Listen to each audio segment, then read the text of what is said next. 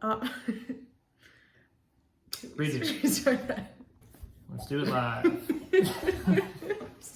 Live. Okay, all right, here we go. Okay, in our last video, we talked about how living in community restores dignity to elders, and it's good for them. Elderly people. Elderly people, and elders as well, actually. We talked about both, but we ended by talking about elderly people. Yeah. For the past couple years, we have been living with an elderly person, and it's been a good experience for us overall. We lived with Dylan's grandmother, and as I'm needing to cook or go fold laundry or any chore like that or homeschool, she is able to help me by holding my baby. She's able to help me by washing dishes while I hold the baby, or to just be an extra set of eyes on my children while I run and do something.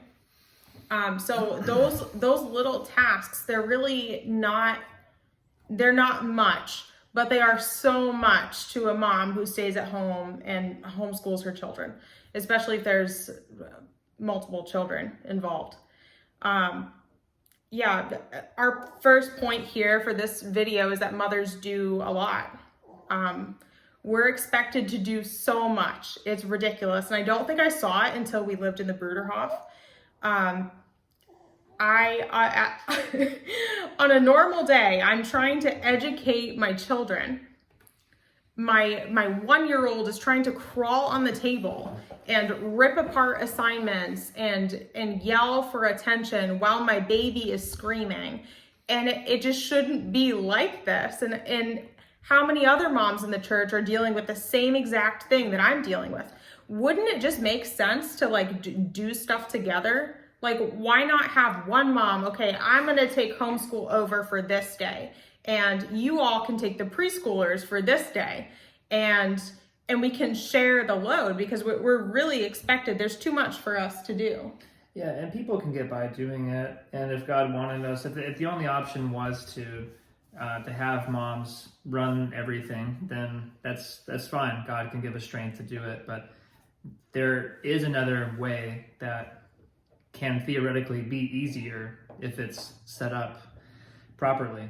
And we've seen it when we were in community. Right. And we believe in it too much to do anything else. That's why we're here making this video. So talk about kids. Right. No, I feel like I was yelling. I was talking a little loud. It's all right. I got really excited about It's that. all good. Yeah. So our second point is that children are really good at spotting hypocrisy. So if we're telling them, hey, you need to follow Jesus, you need to do this and that, but then our lives are not fully given to following Jesus and to being a part of his church, they can detect that. They can spot the hypocrisy, and they want nothing to do with it. Yeah, and like you can be the hands and feet of Christ without community. But the thing is, kids, they're not impressed by words. Like none of us are impressed by, I mean, hopefully, if you're smart, you're not impressed by words. There's no shortage of people who are very intelligent and can give really powerful, charismatic sermons who you read about in the paper. Rabbi Zacharias is a recent example.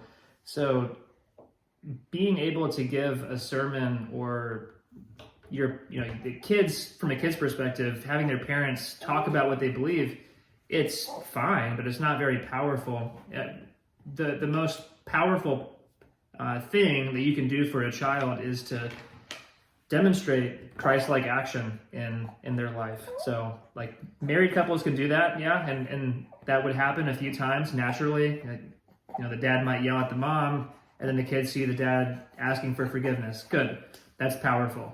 But in a community, you foster this environment where Christ-like action can be seen regularly. And so, yeah, living in community is the most effective way to lead your kids to Jesus. And that should just be a good enough reason right there to do it. So, And I guess, next I'm taking over now. So fathers, imagine working hard all day, you come home and the house is clean, the kids have been playing with other kids and they're maybe tired, and your wife has been talking to other women and people in the community for most of the day, so she doesn't have as many communication needs as she otherwise would. That is most likely to happen in community. Yeah, sure, it can happen apart from community too, but community gives you, a daily fellowship gives you the most likely chance of that happening on a regular basis. And also accountability. Like a lot of people, a lot of moms, I'll say, a lot of people in general, they struggle with simple things that could be easily fixed with accountability. I know for myself, if I wake up and I'm tired, maybe I'll lay on the couch and I won't, read the Bible in the morning. But if I have a brother in the next room or who I know is going to see me in a few minutes, it's going to just give me the extra boost I need to. I don't want to just waste that time, because it's not only about me anymore. It's about, I need to be a model for this person, and that is powerful. So. It's better for old people. It's better for moms. It's better for kids. It's better for dads. I think it's objectively better for the elderly, for moms, and for kids. For dads, it might not be objectively better. You can reason why it's not objectively better, but if it's clearly better for elderly people, for kids' salvation, for moms' mental health, then dads should just get on board. Next point, Paul calls for financial equality among believers in 2 Corinthians 8. Community makes that real, not just theoretical. I want to read the verse. So 8:13 through 14 says, "For I do not mean that others should be eased and you burdened, but that as a matter of fairness," which the Greek word there, isotetes, is actually, I think I said that right. I don't have the Greek word in front of me. I think that's what the word is. And it is better translated equality. So he doesn't mean that some are eased and you burdened, but as a matter of equality, financial equality. Your abundance at the present time should supply their need, so that their abundance may supply your need, that there may be fairness or equality. And a subpoint to that is, imagine living life where everything depends on you for it to work. I mean, if you had no safety net, if you had nobody in the church who you were sure would obey this verse, and you went out and started a business like we have, we've risked all of our money twice now, or I guess 3 times, for businesses, and thank God they've worked out. But if they didn't, I would not be surprised if the church I was a part of helped me. I wouldn't be surprised if they didn't help me.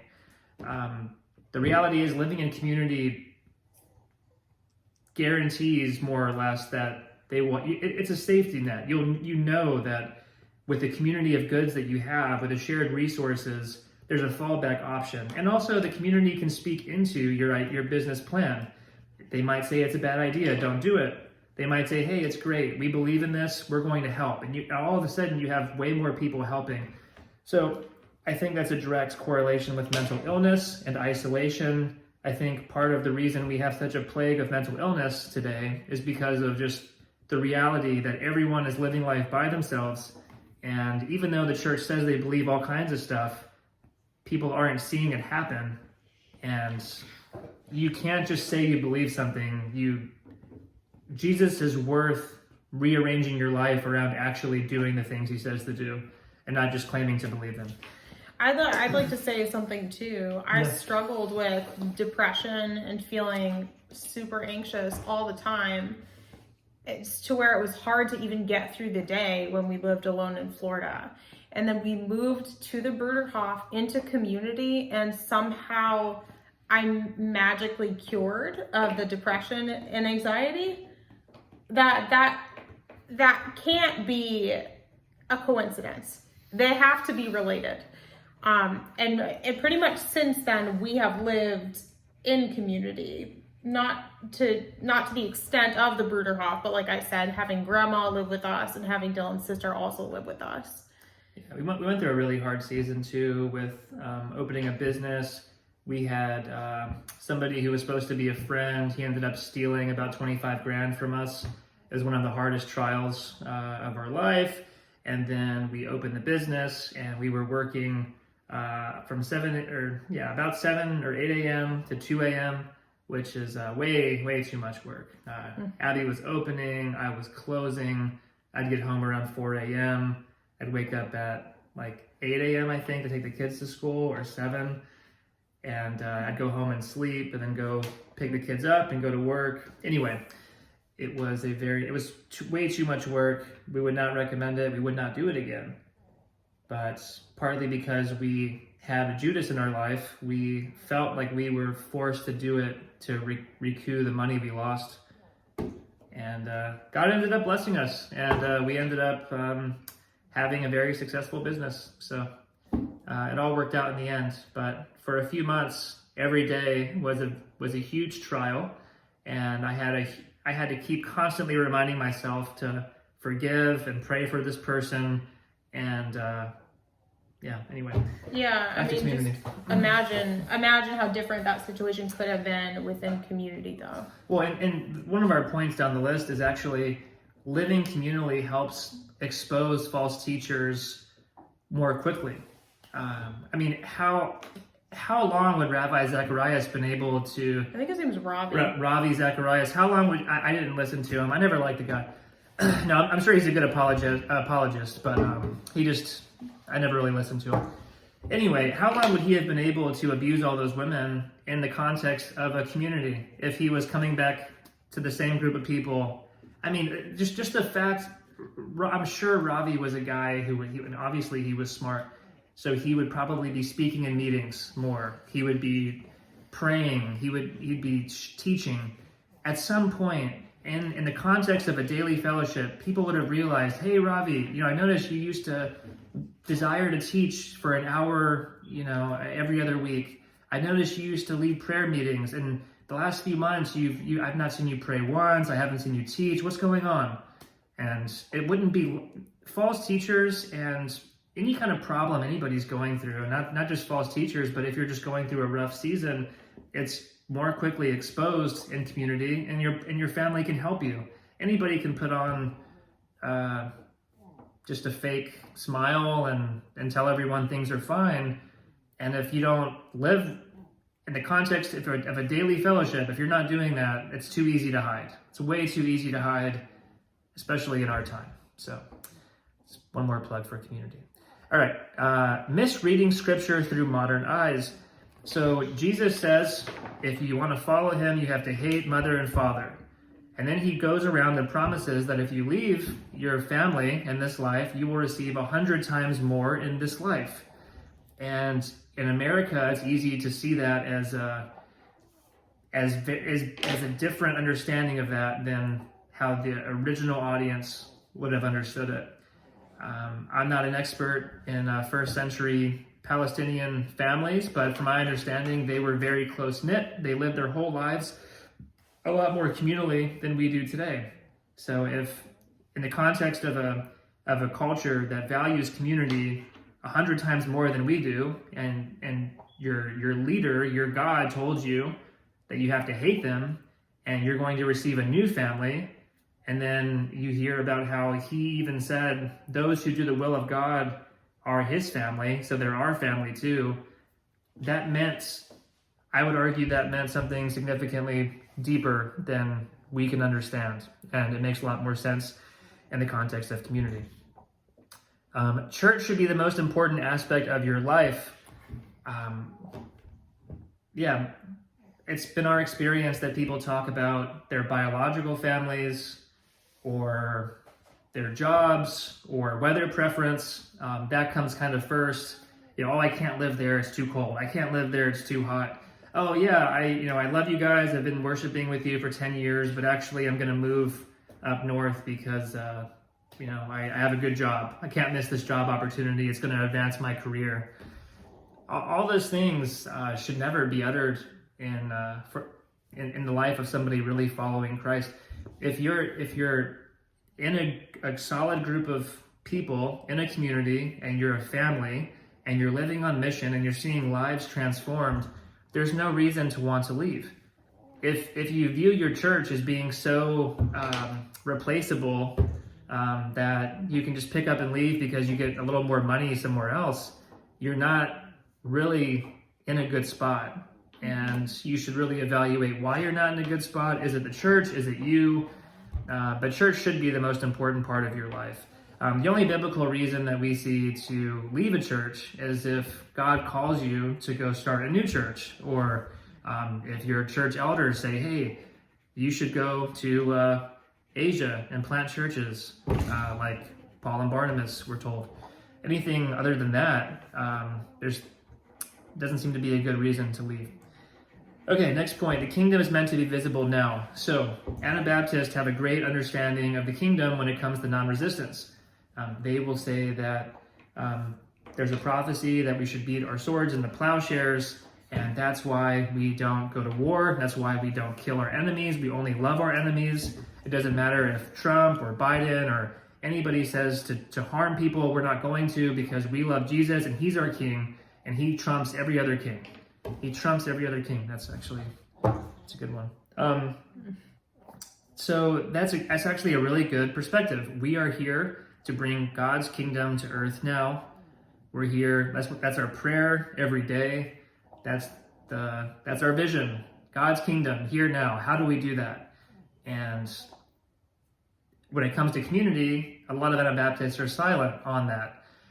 I think partly because the obvious understanding of God bringing God's kingdom to earth now is that we're actually going to start sharing our stuff, and we're actually going to start meeting together daily, like the early church did. And people don't want to do that. So it's an obvious early church worldview understanding of God's kingdom, that we're bringing it here now, and the practical application for community should be obvious. Another thing that should be obvious is being content with food and clothing. Now, we're getting a little bit long here, but we only have 2 more points. If you were told there's a group in America that's content with food and clothing, go out and see who they are. People would not be able to point to the church. They might say the Amish, they might say Hutterites, I don't know. But there's not many churches they would point to and say, wow, look, those people are clearly content with food and clothing, because the church lives on the same financial means as most of the world. And that shouldn't be that way. And a community is a way to check other people and hold us all accountable to standing before God, and which we're all going to have to do, and give an account for all the money we spent. And I would love to have people in my life who know me and who I know, who are helping me to navigate how to spend God's money. 2 more points. So within a month of living at the Bruderhof, I knew the people who I was living with and working with and eating with better than I knew anybody else in the last 10 years of life. Daily fellowships allow you to grow close and to foster real, meaningful relationships better than any other type of living situation. So if you want to hide and just live for financial success and prestige, then don't do community. But if you value loving your brothers and sisters and forming lifelong relationships that lead to true family and walk in the unity that Jesus prays for, then daily fellowship is the obvious choice. And the last point is, this is maybe the most important point. American church, the way we do things in America, is simply failed. It's not working. There's a good YouTube channel called Ready to Harvest, and it goes through every denomination. And if you look at the stats, almost every church is in decline, and it has been for decades. Churches are not growing. Kids are leaving. There's hypocrisy left and right. Preaching at people is not effective. You can have the best teaching in the world. I hate to break it to you, pastors, but we have the best teaching in the world at our fingertips, on our phones. We can listen to it 24/7, and it's not leading to revival. It's not leading to people changing. People need more than just good teaching. They need to see it lived out. They need relationships, and that can only happen meaningfully in the context of a daily fellowship. So the charge is, let's drop the failed and broken system that was never part of the first church to begin with. Let's renounce church buildings and our luxury and wealth. Let's renounce our American dreams. Let's sell our possessions that we don't need. And let's get back to the apostolic tradition of daily fellowship. Only then will we begin fulfilling the Great Commission in our day. Only then will we have true fellowship with God, and only then will we have true fellowship with each other. And I think that's it. God bless you.